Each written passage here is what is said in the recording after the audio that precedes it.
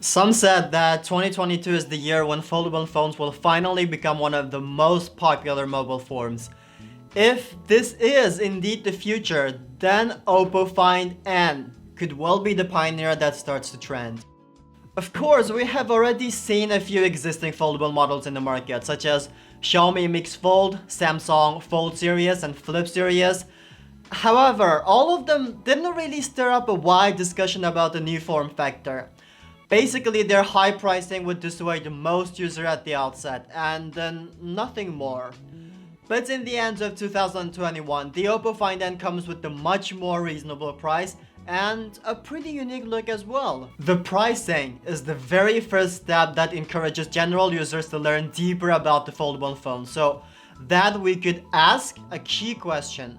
What can we do with the foldable phone in 2022? If we want a foldable phone, it's probably because we'd like to have a bigger screen in our pocket, which means that it should also be easy to hold and compact enough to carry. The Find N features a 7.1-inch internal Samsung E5 AMOLED display with 120Hz refresh rate. The most controversial part of the display is the near square ratio. Obviously, it's not a perfect ratio for playing films or 16:9 videos. However, when we unfolded the phone for the first time, the display is really stunning. Although it might not be the best size for entertaining, I quite enjoy the comfortable size that easily covers my view and focus on daily use. For example, on regular phones, your eyes would unconsciously sweep up and down and your focus might only remain at the middle frame that covers 50 to 70% of the whole display. While the 7.1-inch size is not really much bigger physically, but the unique ratio of 8.4 to 9 definitely could expand your view and maintain the concentration at the same time.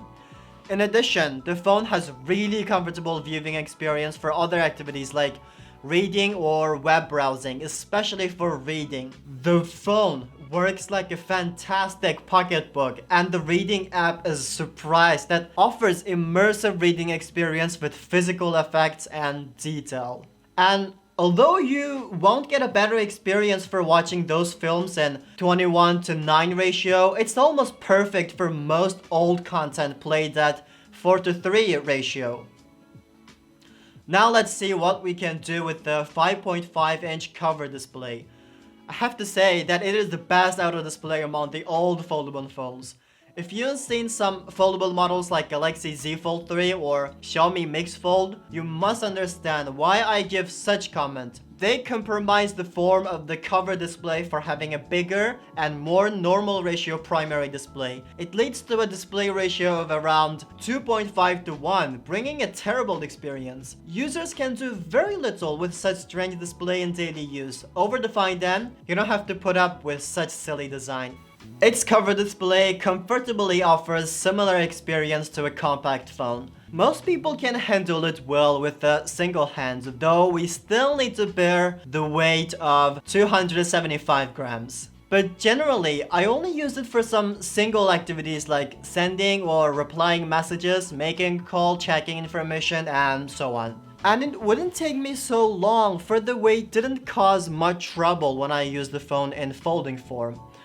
But it is still a little bit disappointing that the small screen only features 60Hz refresh rate, which doesn't feel as smooth as the primary display. The flexion hinge brings pretty wide stand angle and a minimal crease. After using it for over a week, I could hardly find the exist of the crease. The phone can also be unfolded and freely stand at any angle between 50 to 120 degrees. And OPPO also offers a pretty wide adoption and actual uses of certain apps like playing music and videos, turning the bottom part as an operational zone, or serving itself as a tripod, making 4K time-lapse imaging, video calls, or online meeting easy and hands-free. Apart from that, OPPO also developed quite a lot of software features to better support the unique phone, such as more gestures and easy mini window modes. For example, you can easily split the screen for dual app content by swiping down two fingers or dragging an app from the sidebar. Apart from that, there is a lot more potential for the new folding form. I believe some are even not recognized by the manufacturers, which would rely on users and app developers to explore more possibility on the Find N. For example, we've seen someone has turned it into a classic game handheld that we used to play at least 15 years ago. And the switch between the two displays is pretty smooth. When changing the phone folding, the viewing content will immediately shift to the other display. About the phone's performance, it's powered by the Snapdragon 888 chip. We've talked a lot about this chipset. You can just check all the results of the test we've run here. On this model, the heating issue is not that serious as what we have on most regular AAA chipset phones, but obviously the CPU strategy is a bit conservative. The phone equipped 5 cameras in total, including the triple camera setup at the back, a dual 32 megapixel front-facing cameras. The triple cameras contain a 50 megapixel main IMX766 sensor with OIS, a 16 megapixel wide-angle camera, and another 13 megapixel 2x telephoto camera. Let's check some samples. From the samples, the 50 megapixel main camera can catch rich detail with decent dynamic range. And under most lighting conditions, the white balance is good and stable, which brings a relatively true tone for the samples.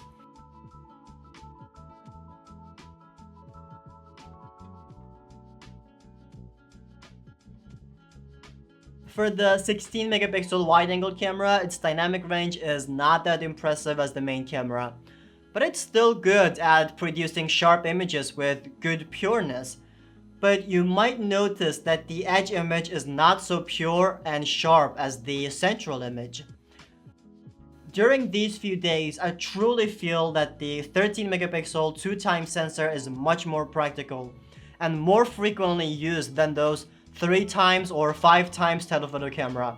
It has pretty close view range to what we actually see, and the detail looks good thanks to the 13 megapixel resolution. No doubt it did exceed that we expected with the telephoto camera. Thanks to OPPO's imaging software, all the 3 cameras got well optimized in low light shooting. We can see it's less noisy under the night mode and at the same time reserved much more detail, especially for the brightness. The biggest surprise of the shooting with the foldable form is about video shooting.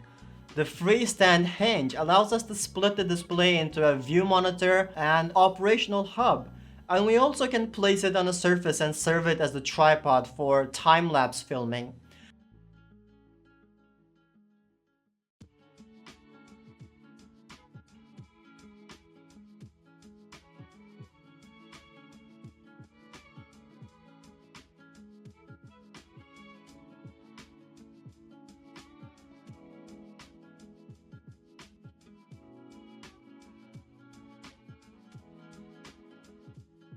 Adding a large foldable display is definitely not a benefit for its battery life. Even though they've equipped a 45 mAh battery with support for 33-watt wired fast charging, but in our display tests and charging tests it performs not too bad. At least it's estimated to last for the whole day works without playing games a lot. The OPPO Find N is probably the most impressive model when we got on hands, but more importantly, during this week, there is no longer the feeling that the phone looks like a toy. Instead, it works like a daily used phone without any discomfort. It truly brought an illusion that I finally get used to a horizontal foldable phone, which was never happened when I was experiencing the previous foldable phones. I think most users would get the same adaptation. It's also the most valuable point for the foldable category. We will no longer look at it curiously and just move away. So this has been it for today's review. If you want to see more reviews like this, you can subscribe to our channel and click the ring button. And I'll see you in the next video.